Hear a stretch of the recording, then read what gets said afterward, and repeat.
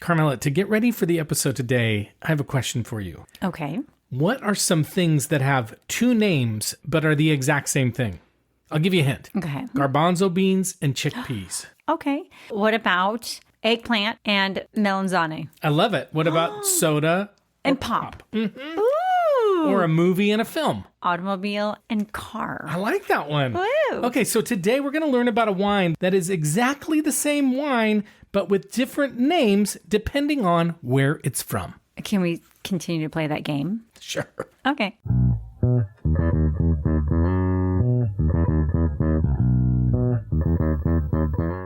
Hello to our Grand Crew, and welcome to the Wine Pair Podcast. I'm We Joe. sound fancy. We are fancy. Okay. I'm Joe, your sommelier of a reasonably priced wine, and this is my wife and my wine pairing partner in crime, Carmela. Hi there. And we are the Wine Pair. I really like that name. Like With that. Grand Cru. Grand Cru. It was like, I mean, Carmela, that is your and name. I do love my name too.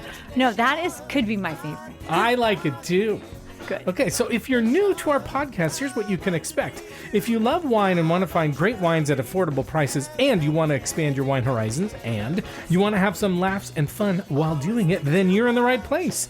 Each week we explore a different wine varietal, style, brand, or region of the winemaking world and learn about what makes them worth knowing about. And then we taste 2 to 3 of those wines that are reasonably priced to let you know if they're worth your hard-earned money. So if that feels like your vibe, then we are happy to welcome you to our tribe. Whoa! And we are proud to say that Decanter Magazine calls us fun, irreverent, Chatty. and entertaining. So Carmela, this week we're going to taste and review a wine that we have never tried before. And it's a wine with at least 2 names. Actually, it has more. But depending on where in the actual world it is coming from, it'll go by one name, and another place it'll go by another name. When the wine is from Argentina, it's called Bonarda. But when it's from California, it's called Charbono. Okay. And we're going to dig into why that is, as well as if this is a wine worth seeking out. Just stunned in silence. Totally. But before we get there, we need to talk to listener Bob, who gave us the name for this wine tribe that you really love this week. And he runs the podcast Cocktails with Friends. And Carmela and I were guests on his podcast a few weeks ago, and we had an awesome time. So go check that out. But without further ado, here's our interview with Bob. Hi, Bob, and welcome to the Wine Pair Podcast. Hey, thank you so much, Joe. I really appreciate it. Oh, we're so excited to have you on. After all, you had us on your podcast, Cocktails with Friends, and we had so much fun. And we're going to talk about that in a second. But first, we have some questions to ask you. Yeah, let's do it. All right. The first question is, what is your favorite wine? And because you also do Cocktails with Friends, you can also mention your favorite cocktail if you wish. Yeah, I mean, I am on record of saying my favorite cocktail is the Boulevard Day. Equal balanced cocktail with whiskey, sweet vermouth, and Campari, served over a cube with an orange peel. It is my Tuesday cocktail. It's my Sunday cocktail. It's my New Year's Eve cocktail. I start every evening with a Boulevard Day. So that's an easy one. The favorite wine, I think my favorite varietal is champagne. There is a champagne for every moment of the day, for every meal, for every occasion. I'm going to go say champagne is my favorite. I love it. I'm not going to disagree with that. And I'll just tell the listeners, because I just found this out, Bob has his own wine too. So I'm surprised you didn't mention that, but you have a beautiful Barbera that you serve at one of your restaurants. Yeah, it's made by Josetta Sofferino in Piedmont. She's a Barolo house known for her Barolos. She has like several 94, 95-point wines, and she is phenomenal. It's amazing. Okay, Bob, second question. How did you find us? So in my industry, owning a restaurant, a fine dining restaurant, I have to increase my base of knowledge all the time. And I spend a lot of time just in the podcast, Googling words like in the podcast app on my iPhone and then seeing what podcasts come up. And I really have enjoyed the banter in your conversation, the ease, the lack of pretentious approach to wine, which I feel like a lot of conversations that I listen to on different platforms, I'm being spoken at or down to versus to, and I feel like I'm part of the conversation. I always learn something that I can use at the restaurant, and it's just approachable and fun. So that's how I originally found you, and that's why I keep listening to you. Thanks very much. Yeah. We're super happy you did find us. Okay, big question now. What's the name for the tribe that you came up with? And is there any background or inspiration for it? So I have a group of friends that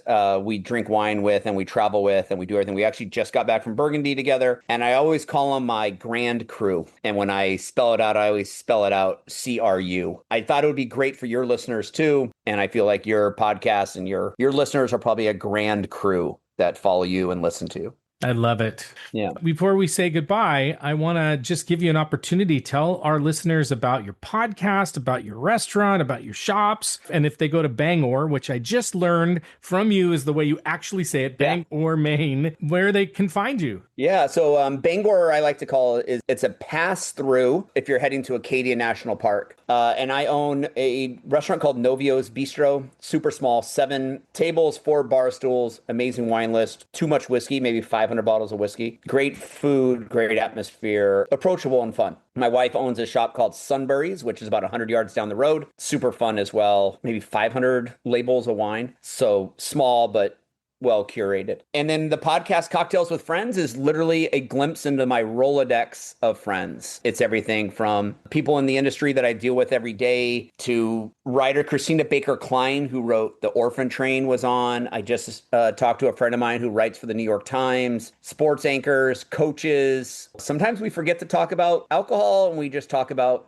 things that we're excited about. Talk to my kid's pediatrician about being a better parent. So it's a wide range of conversations. It's fun stuff. Well, I encourage our listeners to check you out. If they're in Bangor, go visit the restaurant and the shops and check out Cocktails with Friends. We were honored to be on it and had a really good time. Yeah, it was awesome. It was a great episode. Thank you for joining. You bet. All right, Bob. We will talk soon. All right. Cheers.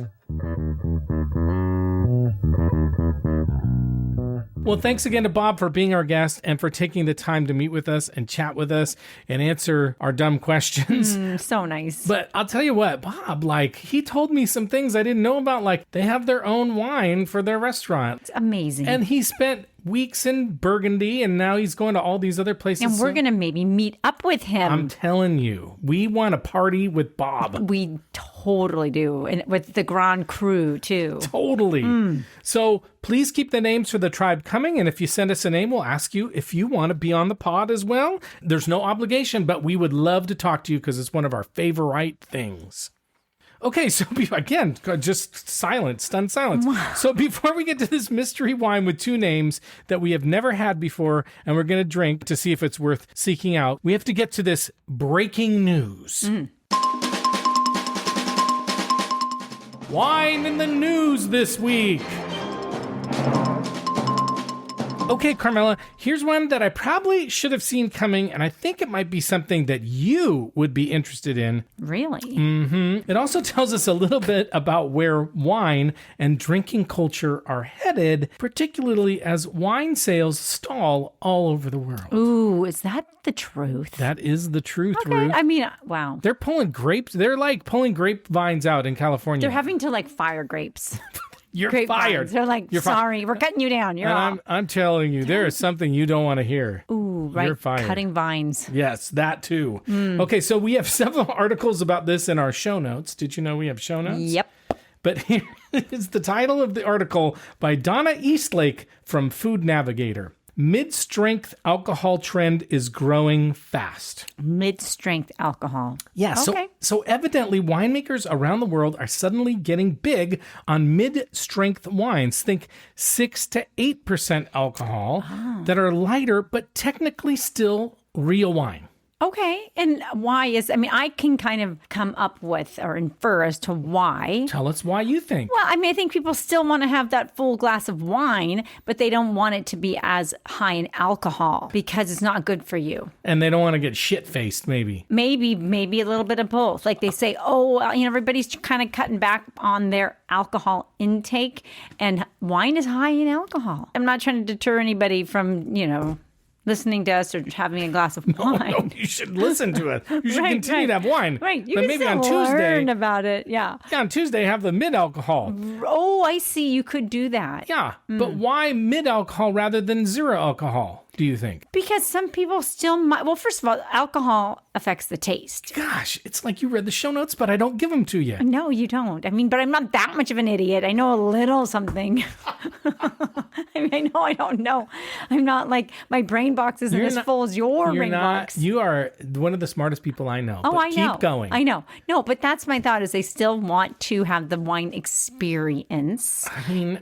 And, the wine experience includes alcohol and the taste that the alcohol gives. And it also gives a little bit of like a heater that people still like. I mean, why do I even... Why are you even bother here? Why exactly? I just should... No, please don't leave. Don't leave. Okay, yeah. No, it's so true. So we've talked about zero alcohol wines. We actually did a zero alcohol wine episode. We were wasted. We got totally drunk. It was really weird. Now, they were supposed to be the next big thing, but they haven't really taken off. We haven't really liked them. Most wine drinkers that we know don't really do either. And they are still a very low percentage of sales. But the reason why they didn't take off is pretty simple. Okay. Zero alcohol wine doesn't taste very good, like you were saying. Zero alcohol, zero taste. Exactly. It's a fact that alcohol is, like you said, a very important aspect of wine. It helps with aromas, which impacts taste. It gives body. Boy, I said all this? Well, you implied it by what you were saying. So without alcohol, these wines, they can taste very thin and kind of uninteresting. They kind of don't even, I think you remember this, they don't even really taste like wine. No, we know they're different. This is another aside I just have to mention about this whole zero alcohol thing. So I just think this is funny. So Marianne, our daughter's... I love that you're doing this. Well, our daughter's boyfriend, this could go in a lot of weird directions. He was doing dry January, and he was hanging out, him and his buddies one night, and a few of them were doing dry January. So they got like such a good half rack of, zero alcohol beer. And guess what? They drank every single last one. Yeah, they're like, no, I think the boyfriend drank a half rack himself. Yeah. He was like, all of a sudden I had drank like 10 beers. And we were like, what? Why would you ever do that? He was like, well, I still just want it. And we were just like, huh. It's like, would you sit and drink a half rack of sparkling water? I just don't think you'd do it. But I don't even know what, they just got carried away. And he was like, pretty soon I just drank it all.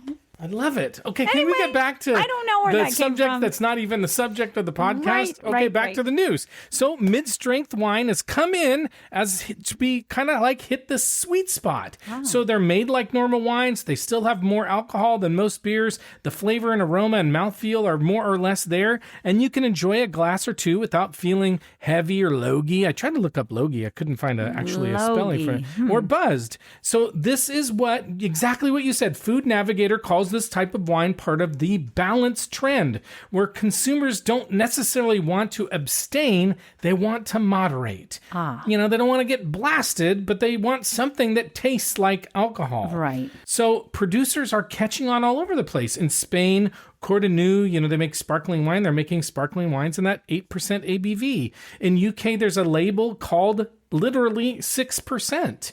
Australia, they've got a wine called Mid Shiraz by the McGuigan, I think, winery. I don't even know how you say it. So, Carmela, the question is, if mid-strength wines can be that perfect balance of taste and alcohol, what do you think? Do you think it's going to take off? I don't know. I don't know. We're just going to have to wait and see, because I think some people really just decide that they're just taking it all out. Like they're just like done. They're like, I'm not doing any more alcohol at all. And some people need to abstain. True. So I don't know. I think it could be a nice compromise for some people. I think some people would appreciate just knowing that they're still enjoying the flavor, but it doesn't have the same effect. But I just don't know. I don't know where people sit on this. What do you think? Oh, you're putting me on the spot. Yeah.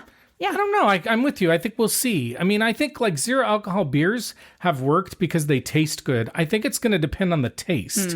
Does it actually taste like wine, or does it still kind of taste like sort of wine? And I think if you get sort of wine, I just think you're like, the thing that's, that I like about non-alcoholic beers is they kind of taste like a beer. The only thing that sometimes I'm like, you know what, people just enjoy like a quarter glass of wine. It's true. You can just not drink quite as much. Right. I can't, but you can. True. I have no problem just having some of it with dinner, not a full glass. So are you saying you wouldn't try it, or? Yeah, I don't know if it's not like intriguing, like, oh, this might be my new thing. Okay.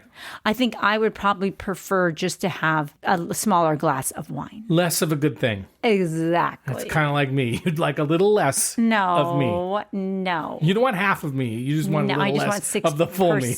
Of you. Wow. That's even less than half. Okay, but Carmela, we're not here to talk about low alcohol wines or why anyone in the world would want a wine with zero alcohol.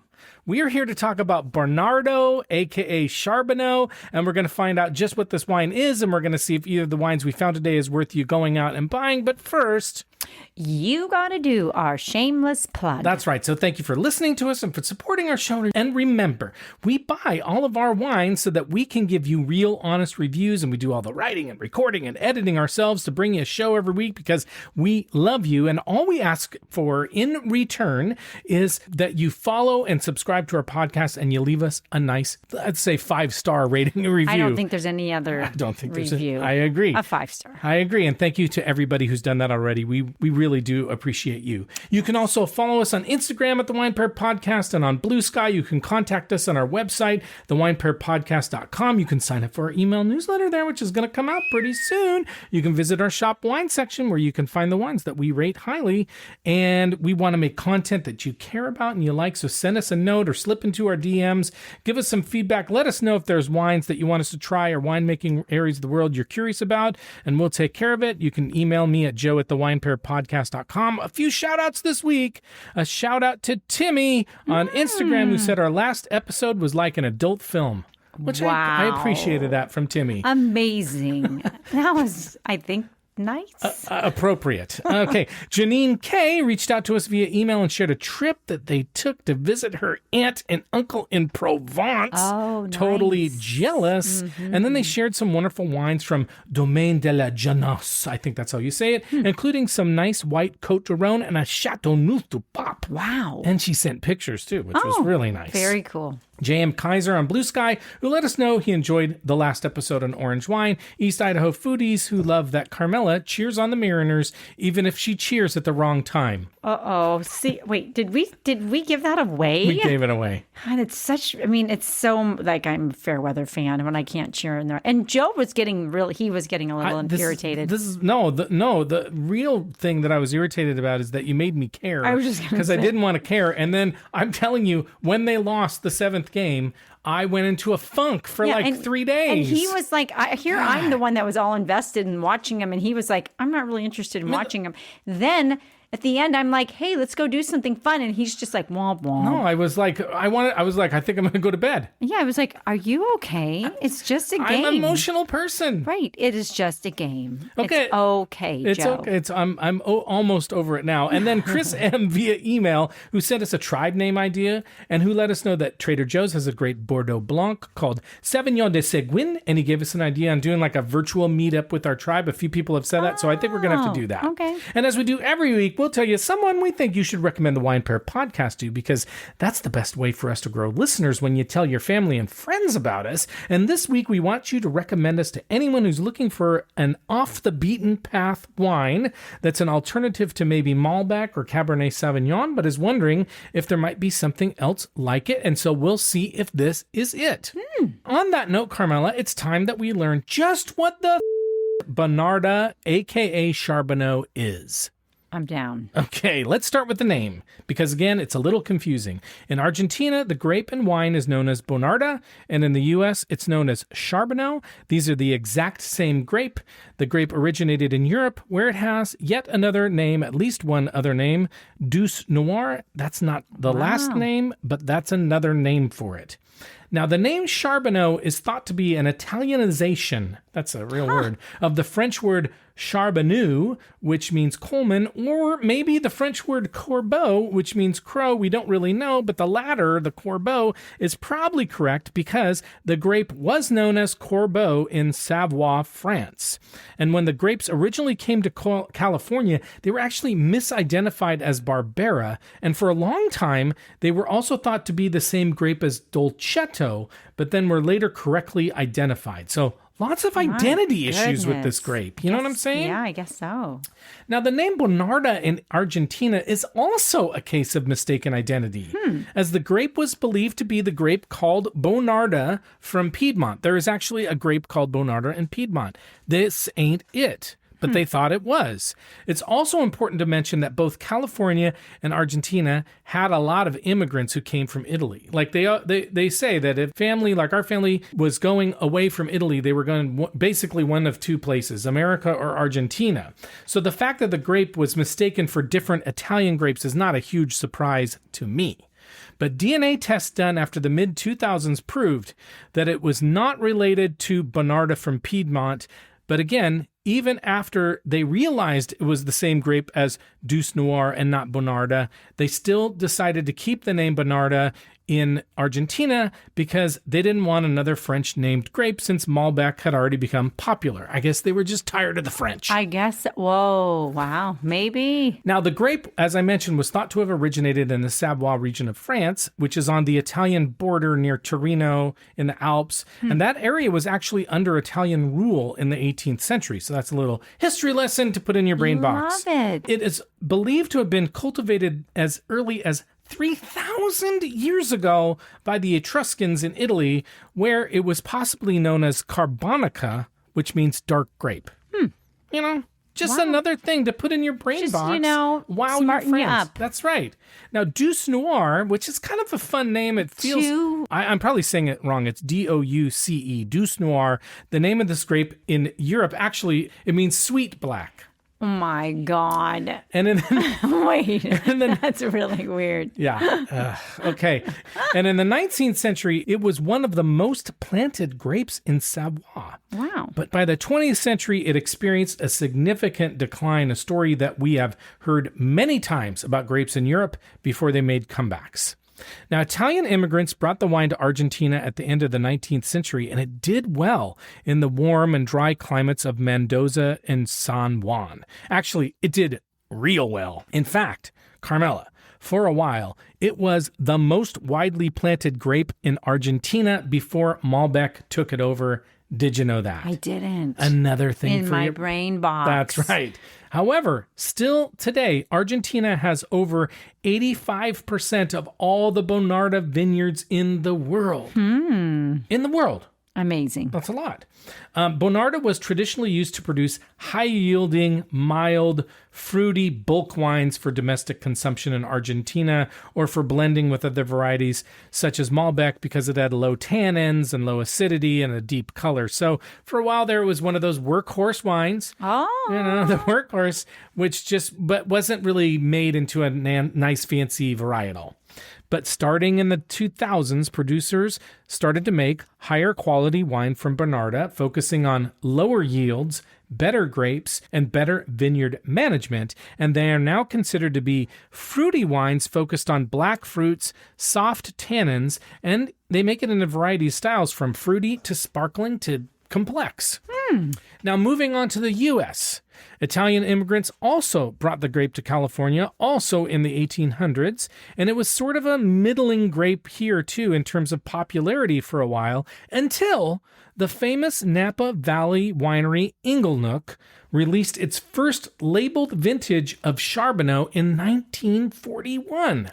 Holy cow. Now, don't you think that's fine? I mean, they made the wine as long, like a long time ago, and we've never, have you ever heard of Charbono before? No. Exactly. It took a long time. It took a long time. Now, for about 30 years after they made that wine, Charbono was highly regarded, and it was known to be very age-worthy. It's said to be able to age for like 30 plus years. Crazy. But there is a reason why you've never heard of it. It was never very popular. Apparently not. Apparently not. And so from the 1970s onward, plantings declined significantly as growers favored, and here it comes, Carmela, more recognized and profitable varieties, primarily Cabernet Sauvignon. So you know what? That was the height of it, probably, too. Yeah, and they killed it. Wow. Cabernet Sauvignon killed Charbonneau. Oh, my God. No, they fired him. Oh. Those were the vines that had to get cut. You're right. You're fired. Again, you don't want to hear that. Now, when Inglenook was purchased by Francis Ford Coppola in 1975, they actually proceeded to rip out much of the Charbonneau and plant Cabernet Sauvignon instead. Oh, man. Lame.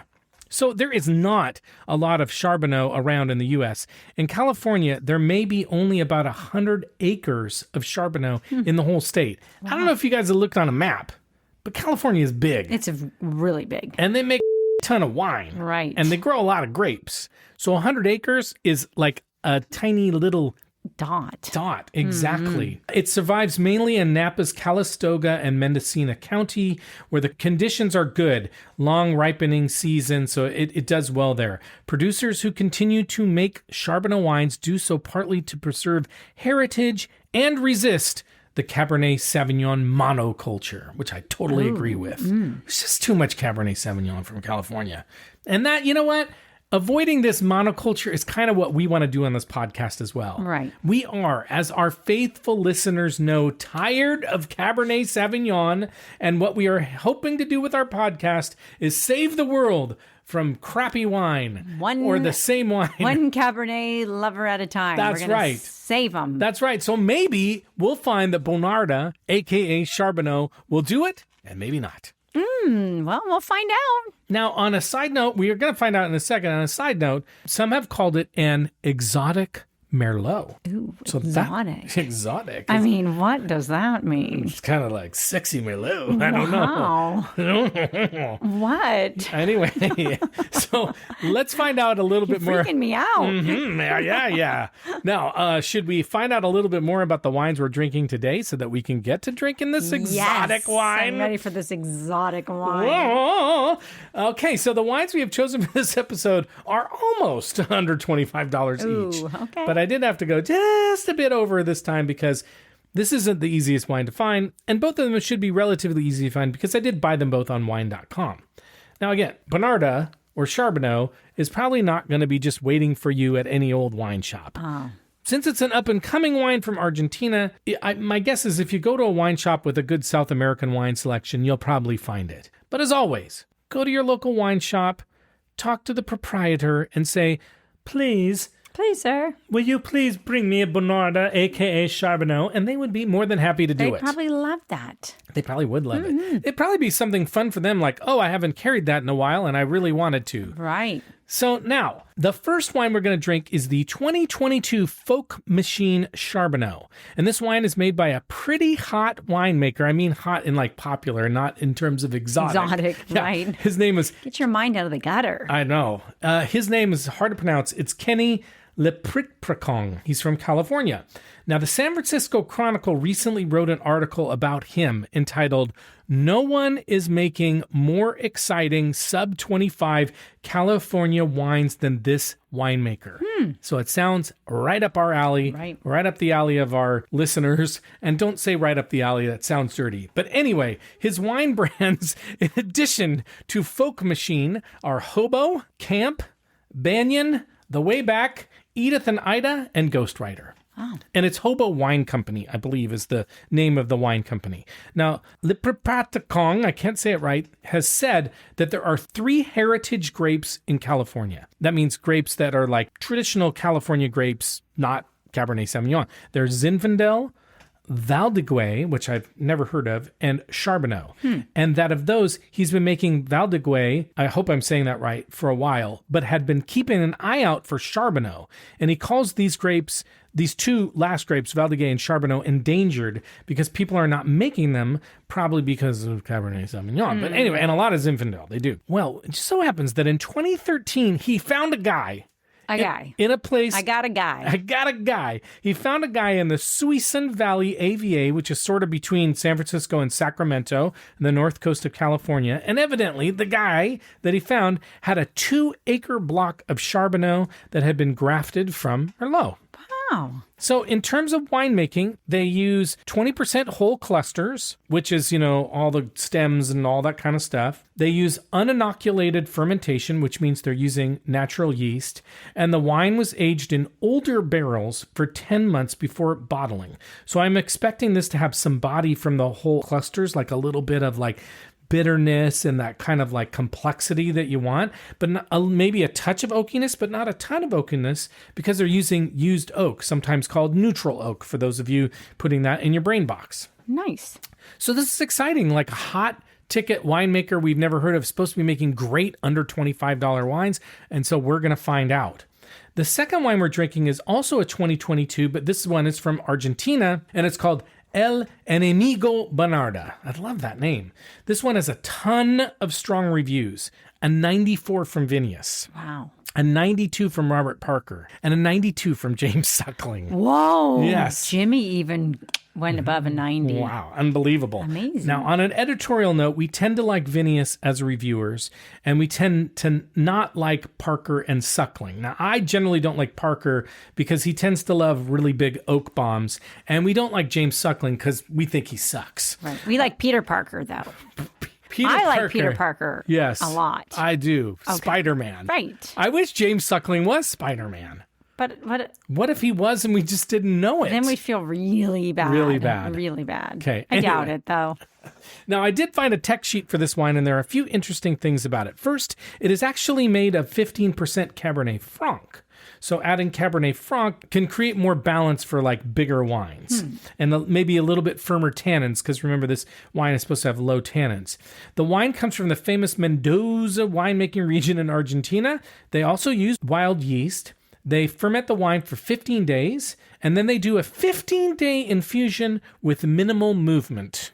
Oh, boy. So no pour over, though, huh? No pump over. Oh, pump over. Shoot. Infusion, you're right, Carmela. Infusion is a more gentle way of getting flavors out of the wine than when extraction with pump overs is used. Okay. In infusion, they just kind of let the grape stuff hang out with the juice. Just hang out. They're not punching it. They're not pouring it over. They're just letting it hang out. I like that. It's like going to the pool. It's gentle. Yeah, they're like, hey, you know what? Go hang out by the pool. It's like being in the lazy river. Exactly. Oh.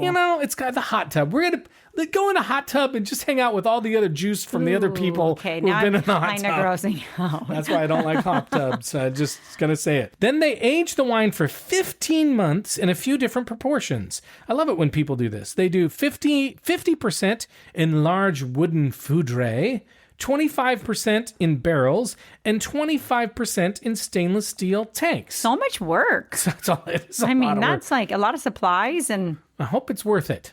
we're going to find out. But, they put some oak, but the foudres are so big, you're not going to get a ton of oak. The barrels will give more oak, but it's only 25% in barrels. So I think hopefully it has a good balance because we don't love over oaky. Now, on a closing note, the winemaker Alejandro Vigil, and if you look at him online, he looks like an amazing guy that you'd want to know. He says, "This is the best year that I have lived through." Wow. I mean, that feels profound. Year. My goodness. And now, what is it about him that you are like... 2022. But what is it that makes him a guy you really want to know? If you take a look at him, he kind of looks a little bit like me when I'm on crazy hair. I've just woken up and gotten out of bed. So now it's like almost a reflection. It's a little bit of a reflection. Well, it's nice to know that you see him and you think, that's a guy I want to know. I want to be like. And be around. Yeah, exactly. Okay, that warms my heart. But you know what, Carmela? That's enough information. I think it's time to get drinking. So if you have a Bonarda or a Charbonneau, or just any red wine at all, or any wine, or a glass of water, or whatever it is. Or a mid-strength. Or a mid-strength. Bring it on. Bring it on. Just drink along with us and see if you agree with our tasting notes, whether it's the same wine or not. All right. We'll be right back. Okay, we are back and we're ready to try our first wine. This is the Folk Machine Charbono. It's from the north coast of California. It's a 2022 vintage. It was $22.97 at wine.com. It's only 12.1% alcohol, so it's not super high alcohol. 100% Bonarda, as far as I know. Couldn't find a professional rating, but Vivino had a 3.8. But Carmela, let's start with the color. Dark. Inky. Really dark, yep. Super purple with these really pretty, like purple shimmery edges to Yes, it looks young. It's opaque too. Yeah. You think it looks young? Yeah. Yeah, I don't think it has. I mean, it just looks like really delicious grape juice, like a really thick grape juice almost. Yeah, it's very pretty. Yeah, I like it. But it doesn't have, it just looks, doesn't it look kind of young to you? I don't know. Sure. Okay, let's smell it and see what we think. Ooh, I feel like it smells kind of hot. I mean, I know Really? it's low alcohol, but it's something kind of spicy on it. Spicy. Yeah. That's what I'm getting. Yeah, something spicy.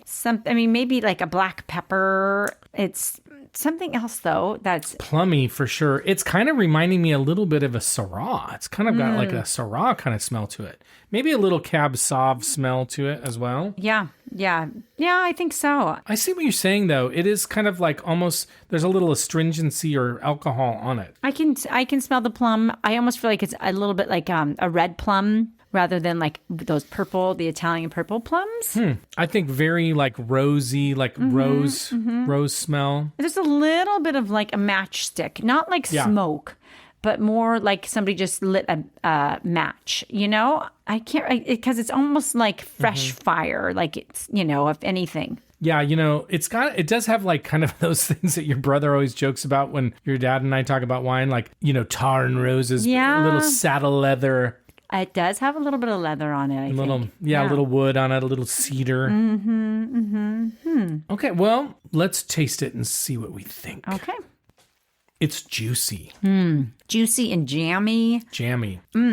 This is your big wine drinker wine. I think so too. It's not like super oaky. No, it's not, which I actually really like about it. Yeah, I bet it's definitely pretty big. It is big. Like it's big mouthfeel, a lot of flavor. This is going to stand up to a lot. I know we're not there yet, but I think it's it's bold, it's full-bodied. It does dry off nicely, though. I don't think it's got super lingery, on the palate. No. And it is kind of rosy or something about it, sort of floral, kind of like a rose, like a red rose. It is. I agree. To me, it's grapey. Like it tastes like grape juice. I think it's got a strong grape juice taste. Okay. Like a purple grape.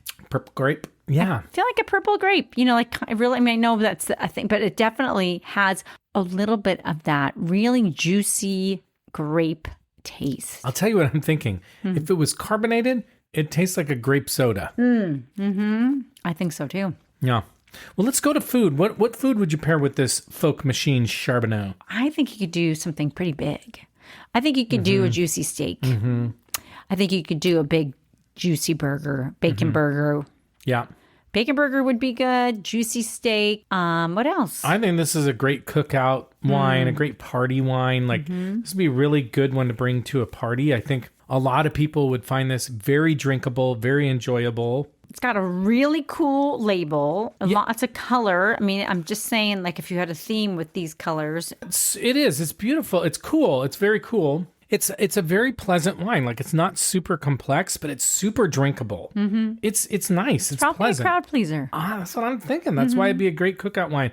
But I'm with you. I think red meats. I think grilled foods. I think pizza. It's very versatile. Actually, I think it'd be good with like heavy pasta dishes, like red pasta. I think it's pretty versatile. Right. To me, it's like a less punch you in the face version of a Cabernet in some ways. It's got a little bit of Merlot's like smoothness to it. So, I think if this is a good flavor, really good flavor, but not so heavy. Yeah. It's not as heavy as like a Cab Sauv. You know what it kind of feels like to me a little bit? If you went to a steakhouse and they had a house wine, this might be their house wine. Yeah. A good, steady wine. Okay, so we're going to rate this wine. As a reminder, on our rating scale, we rate on a scale of 1 to 10. We don't give half points. 7 and above means we'd buy it. 4 below means we're going to pour it down the sink. 5 or 6 means we're going to drink it and we'll finish it and we're happy, but we're not going to buy it.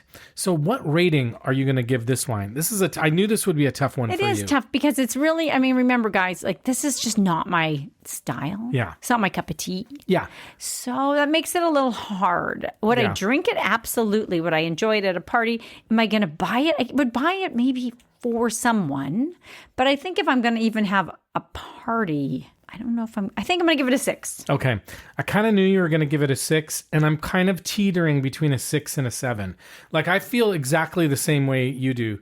Not really my style of wine. I think for a party, it's a great wine, but it's nice. Like, it's nice, super drinkable. I think on most every day, I'd probably give it a 6. But I'm going to lean towards a 7 right now. Okay. Because I do think if you like these kinds of wines, or maybe you're like, I like them, but I don't like them when they're overpowering, because the alcohol's low, the tannin's low, it's super drinkable. So if you like bigger wines, but you're like, I can't have that every day, this could be a really good compromise. Okay, well, let's take a break and try our next wine, and let's see where this one ends up. All right. Okay, we're back and we are ready to try our second wine. This is the El Enemigo Bonarda. It's from Mendoza, Argentina, also from the 2022 vintage. $27.97, so a little pricier. Okay. Got it at wine.com, 13.5% alcohol, so more alcohol. 85% Bonarda, 15% Cabernet Franc. And again, Vinius gave it a 94, Robert Parker gave it a 92, and James Suckling gave it a 92 as well. Carmela, what's the color? Similar. Very similar. Yeah. And the same thing. It looks young. It doesn't have like a brown, hue around the sides of it. It's very pretty. Very purpley, very grape juice like. Yeah. Again, opaque. You can't see through it, but pretty in the glass. Really kind of dramatic dark color. And it's purple, not red. It's not a ruby red. It's purple. 100%. What are you smelling? This one too, I feel like this is a little more dark cherry on this one. Okay, I like that a lot. A little bit more. And even though it's higher in alcohol, I don't think it has that same just hint of alcohol, rubbing alcohol, that you kind of got on that first one. Or at least I did. What do you think? I don't know. I'm smelling a little alcohol in it too, I think. But I like the black cherry. I'm kind of thinking like blueberry, like a stewed blueberry or something. Yum. It's kind of got that kind of rich, jammy kind of, or a blueberry pie kind of smell. Ooh, I like that. Yeah, it's pretty jammy. It's pretty fruity. Even blackberry does have some blackberry on it too. And spices. It's got some baking spices on it. It's warm. Has a warm smell to it. Great description. It almost smells like a warm pie. What does that mean? I don't know. Why are you laughing about that? I don't know. A warm blueberry pie? Okay. I like that. Okay. Well, let's taste it and see what we think. Okay. Interesting. It's a little vegetable on it. A little bit. A little vegetal. Fruity. It is fruity. It's juicy. But it is not as dark fruit. Tasting. It's not as plummy as the first one. It's more cherry. Blackberry. It's kind of got a little bit more like a blackberry or a black currant or something. Blackberry pie? Warm blackberry pie. I feel like it's sharper on the end. It doesn't have the same roundness as the other one. It's a little sharper. Yeah, it doesn't clean off the tongue quite as much either. Yeah. It's got more bite to it. It's got a little bit more grip on it. Yeah. And maybe that's what the Cabernet Franc is adding to it, is a little bit more grippiness to it. Yeah. Okay. Just giving a little bit more of that. I am getting the dark cherry, though, on this. A little more cherry flavor. I wonder if this is the Cabernet Franc really kind of adding that kind of cherry-ish. Yeah, it's definitely different than the other one. For sure. I mean, the smell, everything. The only thing this is very similar is the color. And I'm not getting the smoke or the leather or any of those real hints on it. It's a little more one note. You're right. Yeah. I mean, it's kind of, there's not a lot to it. No, but it's pleasant. It's definitely pleasant. Yeah. So what food would you have with this? Well, I think this one you could get away with even a chicken or turkey dish, actually. Okay. I don't think it's as... I think it's a good call. Yeah, I don't think it's as steakhousey. Rich. Yeah, you don't need to have something rich to balance out the richness of the wine too. Does that make sense? Totally with you. Yeah, I feel like this you could get away with something even a Thanksgiving dinner. It's funny, yeah. I think you're right, but I do think it could go with a lot of things. I think it still could go with a burger or a steak. I keep thinking I don't know why, but I'm hard shell beef taco. Oh my, that sounds so good. Mexican food. I think it would be really good with a big burrito or something. Or enchilada. Yes. Because enchiladas have that sauce has got some spice and body to the sauce. This would be nice with that. I think this is another wine that would do, you were saying this when we were taking a break, the Folk Machine be really good. You kind of need it with food.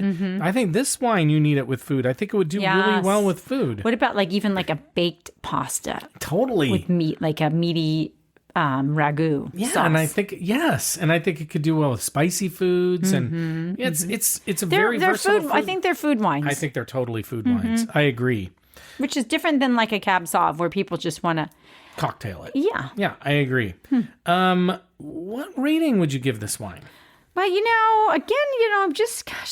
I'm not really sure.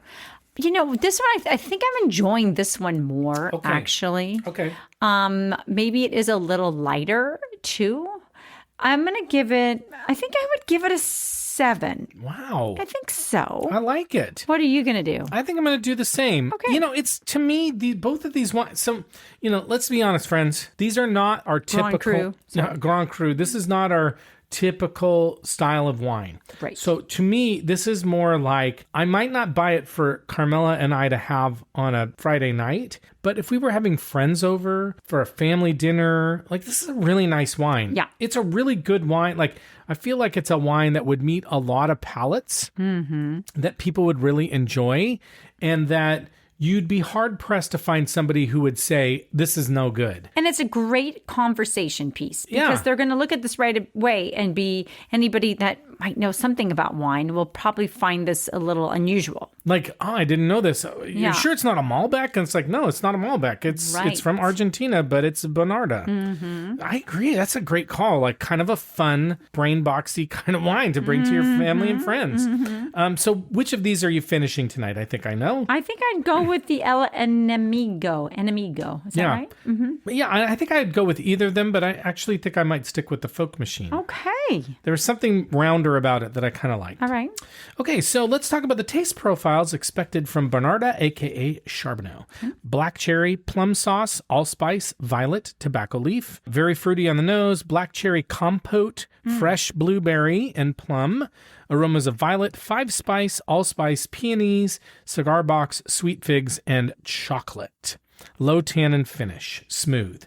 The Folk Machine, the winery says, typical for the grape, this wine is very dark in color and heavy in the nose. The tannin is very moderate, given the way it looks and smells. It's funny, they kind of talked about more about like the body and the experience than any flavors in particular. Cost Plus Dollar Store said, from the first swirl, reveals aromas of black cherry, plum, leather, and subtle spice. Okay. On the palate, delivers juicy, dark fruit, firm tannins. I don't know about firm tannins, and lively acidity. I don't know about firm tannins or acidity. Balanced and expressive. Full body wine says, an incredibly unique wine, wild, brambly blue fruits with an earthy and mossy backbone. It's kind of interesting. Okay, the El Enemigo Bonarda, the winery says, shows a deep violet color. Nose is intense and complex. I don't know about that. Aromas of ripe black fruit, blackberries, raspberries, black cherries, chocolate, and liqueur. I think we were getting some of that. Fresh herbs provided by the Cabernet Franc appear. So that's what you were getting. Yeah. Taste has a sweet impact with silky tannins and aromas of ripe black and red fruits with notes of licorice and vanilla. Oh. I don't know if we quite got that. I didn't get the vanilla. Maybe a little licorice because it did have a little bit of a bite. To it. Yeah. Vinia says, vibrant and well-crafted, blackberry plum, hint of raspberry, balsamic herbs, dry, plush, lightly grippy. So I think we got a little bit of that grippiness. Parker says, inky, roasted and savory on the nose. Immensely concentrated. I thought the first one was more concentrated. Sucky says, shows aromas of asphalt. Whoa. And incisive blue fruit. What the does incisive blue fruit mean? Asphalt. Juicy with precise, round, and supple tannins. Round and supple and precise. I'm still trying to figure out. Precise and round to me feel like exactly the opposite. Precise and round. Like those are two different things. Yeah. Jimmy Sucky. I'm still trying to figure out the asphalt. Sometimes I say tar and roses. Yeah, but asphalt. Just say tar. And asphalt is stinky. Yeah, I don't like asphalt. No. That's okay. That's okay. Everybody's different, honey. Everybody's different. I like some asphalt. Wow. Okay, anyway, what is your verdict on Bonarda? Oh, I think AKA it's Charbono? Worth a good try for sure. I feel like people should go out and give it a go. I agree. It's a party wine. Woo! Like if you're having a lot of friends over, bring this wine. I'm telling you, this wine is a crowd pleaser. Yeah. And good with dinner. Agree. Like if you got a big old dinner party happening, like this is a good wine. And like you said, also kind of a conversation piece. I think so. I mean, it's not a common wine. Yeah. So I would say, even though we weren't like blown away, because it's not really our style, it was a good wine. Like, It's a good, again. It's a solid wine. If you serve this at a party, everybody will be happy. Guaranteed. Wow. Except for people who don't like red wine at all. Right. They won't like it. Right. Okay. Wine's coming up in future episodes. In case you want to drink along with us, we're going to do some Spätburgunder. We're going to do a Barolo from Costco and Trader Joe's. And then we're going to do a wine called Graciano. So get that one. And if you really want to know which ones exactly we're drinking, then you can go to our show notes and we'll give you links even to some of them. But with that, Carmela, it's time for us to go. But before we do, we want to thank you so much for listening to us. And again, if you haven't had a chance to do so yet, please subscribe to the podcast and leave us a nice rating and review. We really, really appreciate that. We love hearing from you. We always respond. Tell us about a wine you want us to taste and review. You can leave us a message on our website, winepairpodcast.com. You can join our email newsletter there. You can also reach out at joe@thewinepairpodcast.com or slip into our DMs. Go right up our alley if that's important to you. Okay. And with that, we're going to sign off. So thank you once again. We don't have an alley. Oh, everybody has an alley, Carmela. Wow. How else? Anyway, it doesn't matter. And we'll see you next time. As we like to say, life is short, so stop drinking shitty wine. Bye-bye. Bye.